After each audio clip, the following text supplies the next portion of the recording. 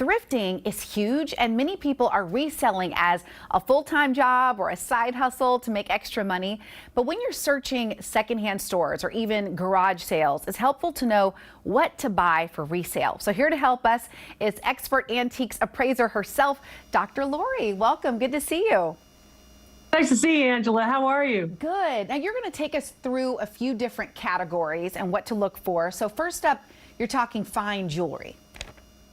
Yeah, when you're looking for, I've been an appraiser for nearly 25 years. So you know what? I teach on my YouTube channel and my website, drloriv.com, what's hot, what's not. And here's what you're going to look for. Fine jewelry at the thrift store. It's oftentimes there, and I'll show you which marks to look for so you can identify fine jewelry. One of the basic marks is the 14K, 14 karat gold mark that you see here on this bracelet. So I want you to look for these types of marks, and I list all of them on my website. I want you to be able to identify this, and the best way to do it is get yourself a loupe, right? And then you can do that. I have one right here. Get yourself a loupe so you can actually see the magnification, so you can look at these marks when you're at the thrift store. This is a money magnet. You're not going to lose if you have the loupe.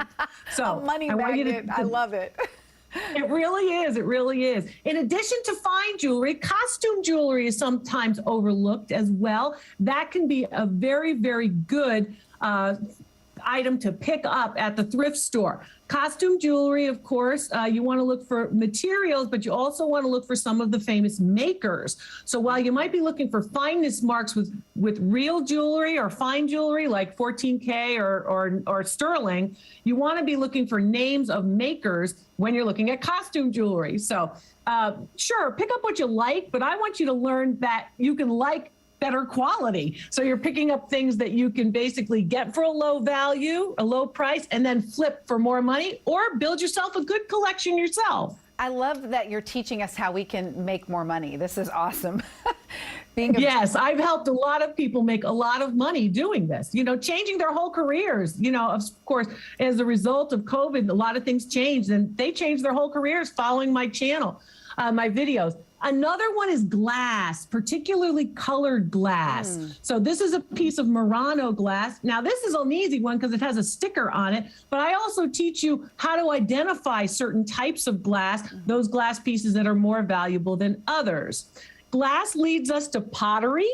Pottery is also one of those, or ceramics, one of those categories in the thrift store that you will oftentimes see. I always tell people condition is as important to antiques as anything else. So remember, if it's in good shape, you're going to want to pick it up. If it's damaged, you might want to leave it there. So be aware of condition, whether you're looking at glass or pottery or anything. Okay, and what about for small scale furniture, for people who want to repurpose it? What things should we look for in that category?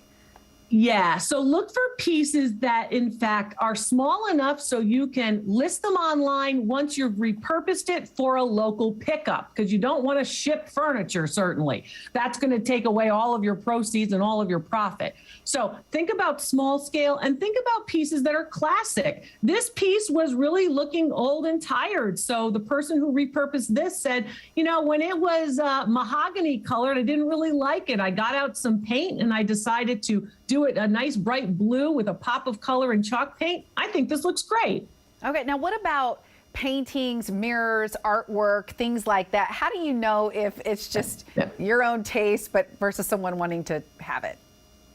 That's a little harder, right? Okay. Yes. But there are very, very big margins. So you could buy a painting for only a couple bucks. And I have had some of my real bargain videos, people I've featured, real people who are finding real bargains in thrift stores. I've featured them on my videos on my YouTube channel. And I'll tell you, they found a painting for a couple bucks and they've been able to resell it for tens of thousands of dollars. No, I need to go thrift shopping with them.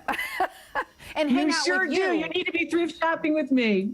Anything else for people to keep in mind? Don't forget condition, and don't forget that, you want to make sure that you know what to look for, and you want to make sure that you're looking for what's hot in the market now. So whether that's Art Deco pieces or arts and crafts pieces, pieces that are about 100 years old as well. Don't forget vintage, something from the 1990s can be valuable too. So just because it's new doesn't mean that it's not valuable. There's a lot to learn, but I'll help you along the way. Dr. Lori, you are awesome. This is great. Thank you so much. Well, if you Thanks so much. Yeah, if you have treasures you'd like Dr. Lori to look at, just send us an email to newday@king5.com. Include pictures of the item, a few details about it. You may see your item on one of our next Ask Dr. Lori segments. Well, thank you so much for spending time with us today. Remember, you can check out our website for more of our content if you just can't get enough of us. Enjoy your new day, and we will see you next time.